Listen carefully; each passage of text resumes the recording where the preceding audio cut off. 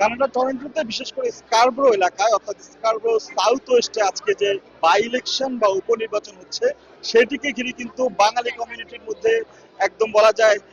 টান টান এক উত্তেজনা বিরাজ করছে এবং তারই একটি অংশ হিসেবে এই মুহূর্তে কিন্তু আমরা রয়েছি ঠিক ক্ষমতাসীন যে লিবারেল পার্টি রয়েছে সেই লিবারেল পার্টির নির্বাচনী উদযাপন কেন্দ্র বা ফলাফল ঘোষণা কেন্দ্র বলা যায় সেই হিসাবে এখানে আমরা দেখতে পাচ্ছি যে সবাই তো অপেক্ষা করছে সেই কাঙ্ক্ষিত ফলাফলের জন্য। সকাল 8:30 থেকে শুরু হয়ে রাত 8:30 পর্যন্ত টানা 12 ঘন্টা কিন্তু ভোট দেওয়ার সুযোগ ছিল এবং এর আগেও কিন্তু যারা আগাম ভোট দেওয়ার জন্য এসেছিলেন তারা কিন্তু আসলে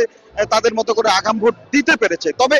সবচেয়ে বড় কথা যে কারণে এই বাংলাদেশি কমিউনিটির মধ্যে যে উত্তেজনাটা বিরাজ করছে তার প্রধান কারণ এই লিবারেল প্রার্থী ডলি বেগম। ডলি বেগম বাংলাদেশি বংশোদ্ভূত, বাংলাদেশের মৌলভীবাজারে জন্ম নেওয়া, পরপর 3বার তিনি এখানের যে স্থানীয় লোকাল গভর্নমেন্ট যেটা বলে সেই লোকাল গভর্নমেন্টের এমপি হিসাবে নির্বাচিত ছিলেন। তার আগে একটু বলে নেই, কিছুদিন আগে এখানকার যে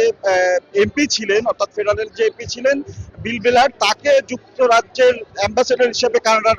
নিযুক্ত করা হয়েছে এবং তারপরে এই আসনটি খালি হয় এবং তখনই এই এলাকার যে এমপিপি ছিলেন তিনি ছিলেন আসলে ডলি বেগম। তাকে কিন্তু আসলে ক্ষমতাসীন লিবারেল পার্টির পক্ষ থেকে প্রার্থী হিসেবে মনোনীত করেন এবং ডলি বেগম তখন দল পরিবর্তন করে লিবারেলের হয়ে নির্বাচনের মাঠে নাম লেখান এবং তারপর থেকে কিন্তু আমরা দেখছি বাঙালি কমিউনিটির মধ্যে এক উচ্ছ্বাসের একটা আমেজ এবং এই আস্থার সেই উচ্ছ্বাসের শেষ দিন যে এরই মধ্যে কিন্তু যে বাঙালি কমিউনিটির যে লোকজন যারা রয়েছেন তারা কিন্তু এখানে এসে ফলাফলের জন্য যে অপেক্ষা সেই অপেক্ষাটা কিন্তু তারা করছেন এবং এরই মধ্যে কিন্তু আমরা এখানে দেখেছি বেশ কিছু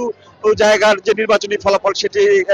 হাতে চলে এসেছে এবং সেখানেও কিন্তু ডলি বেগম এগিয়ে আছেন এবং ডলি বেগম যদি এইবার নির্বাচনে বিজয়ী হতে পারেন বাংলাদেশি বংশোদ্ভূত প্রথমবারের মতো অটোয়ায় অবস্থিত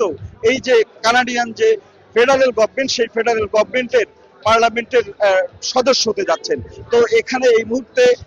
সেই মহেন্দ্র খনের অপেক্ষায় কিন্তু করছেন এবং যারা আছেন তারা কিন্তু বারবারই বলছেন এই অর্জন কিন্তু কেবলমাত্র ডলি বেগমের একার না কিংবা এই বাঙালি কমিউনিটির না, এটা পুরো বাংলাদেশেও ছড়িয়ে যাবে এই অর্জন এবং লোকমুখে আরো গুঞ্জন আছে ডলি বেগম যদি এই আসনে এমপি হতে পারেন মন্ত্রী পরিষদের সদস্য হিসাবেও তাকে দেখা যেতে পারে। তো সব মিলে এই মুহূর্তে কেবল অপেক্ষা ফলাফলের, ফলাফল যদি ডলি বেগমের পক্ষে হয় তাহলে এখানে অবশ্যই একটা উৎসবের উপলক্ষ তৈরি হবে। রাশেদ লিমন, সময় সংবাদ, টরন্টো, কানাডা।